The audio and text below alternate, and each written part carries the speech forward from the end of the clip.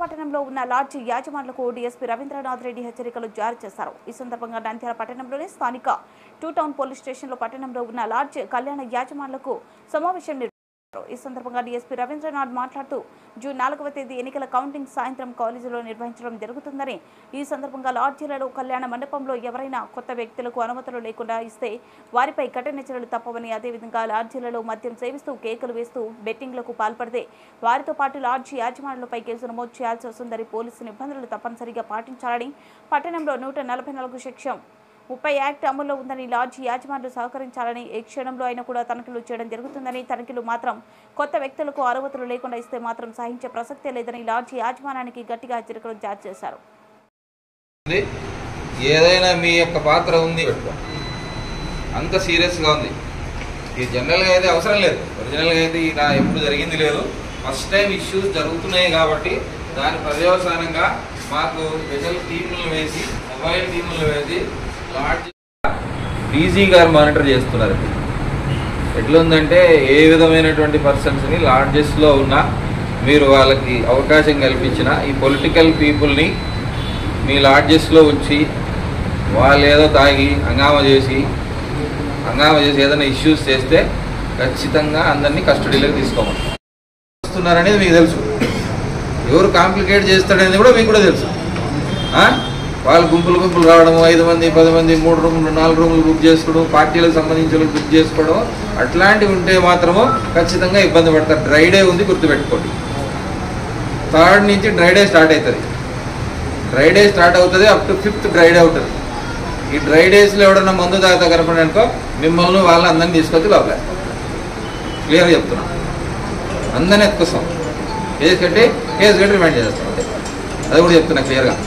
ఎందుకంటే మందు కనపడితే దొరికితే తెచ్చి కేసులు కట్టి పంపిస్తాం, మళ్ళీ బాధపడతాడు. దయచేసి ఏంటంటే చెప్తున్నాం, because law and order issues ఉన్నాయి కాబట్టి దీని మీద సీరియస్గా చర్యలు తీసుకోవడం జరుగుతుంది. దయచేసి అందరూ కూడా సహకరించాలా.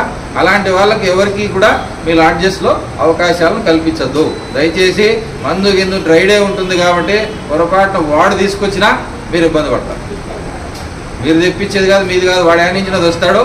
వాటిని కూడా అన్నింటినీ బెల్ట్ షాపుల మీద కానీ షాప్స్ క్లోజ్ అయిన తర్వాత ఎవడన్నా పొరపాటున ఇచ్చినా కానీ 100% వాళ్ళ మీద కూడా రైడ్ ఉంటుంది.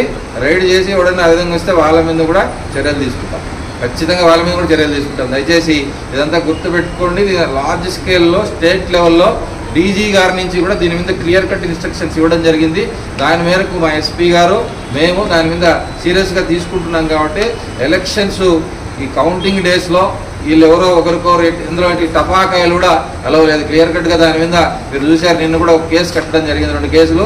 అవి కూడా సీజ్ చేసి గోడౌన్స్లో తప్ప, డిసిగ్నేటెడ్ లైసెన్స్డ్ గోడౌన్లో తప్ప ఇంకెక్కడ ఉండడానికి లేదు, అమ్మడానికి కూడా లేదు. అది ఎలక్షన్ కమిషన్ ఆఫ్ ఇండియానే త్రూ కలెక్టర్స్ ద్వారా వాటి మీద క్లియర్ కట్గా ఆర్డర్స్ పాస్ చేయడం జరిగింది. వాడు కూడా ఎవడన్నా అవి క్రాకర్స్ అమ్మినా తీసుకొచ్చి వాని మీద కూడా కేసు కడతాం. ఎందుకంటే వీటి ద్వారా ఇష్యూస్ వస్తాయనేటువంటి ఉద్దేశంతో చాలా క్షుణ్ణంగా ఎలక్షన్ కమిషన్ అబ్జర్వ్ చేస్తుంది. వాళ్ళ దగ్గర నుంచి ఇన్స్ట్రక్షన్స్ వస్తున్నాయి. అవి ఇంప్లిమెంటేషన్ పార్ట్ కూడా మమ్మల్ని ఖచ్చితంగా తీసుకోమంటున్నారు.